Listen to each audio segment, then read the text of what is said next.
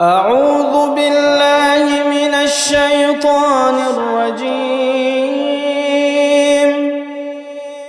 بسم الله الرحمن الرحيم.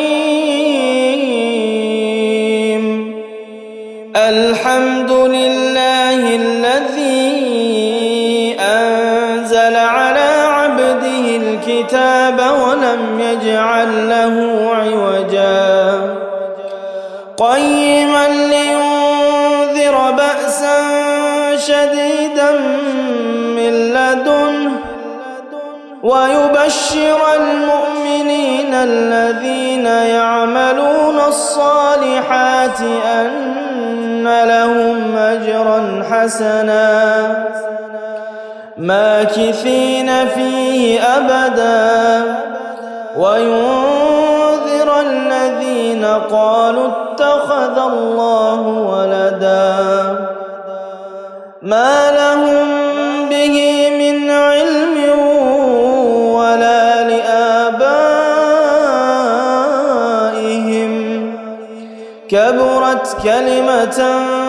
تخرج من أفواههم إن يقولون إلا كذبا فلعلك باخع نفسك على آثارهم إن لم يؤمنوا بهذا الحديث أسفا إنا جعلنا ما على الأرض زينة لها لنبلوهم أيهم أحسن عملا وإنا لجاعلون ما عليها صعيدا جرزا أم حسبت أن أصحاب الكهف والرقيم كانوا من آياتنا عجبا أم حسبت أن أصحاب الكهف والرقيم كانوا من آياتنا عجبا إذ أوى الفتية إلى الكهف فقالوا ربنا آتنا من لدنك رحمة وهيئ لنا من أمرنا رشدا فضربنا على آذانهم في الكهف سنين عددا ثم بعثناهم لنعلم أي الحزبين أحصى لما لبثوا أمدا نحن نقص عليك نبأهم بالحق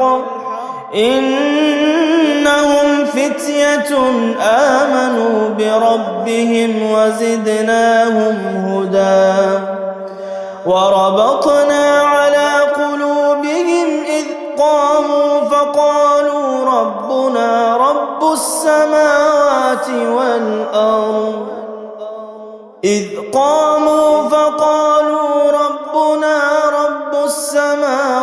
والأرض لن ندعو من دونه إلها لقد قلنا إذا شططا هؤلاء قومنا اتخذوا من دونه آلهة لولا يأتون عليهم بسلطان بين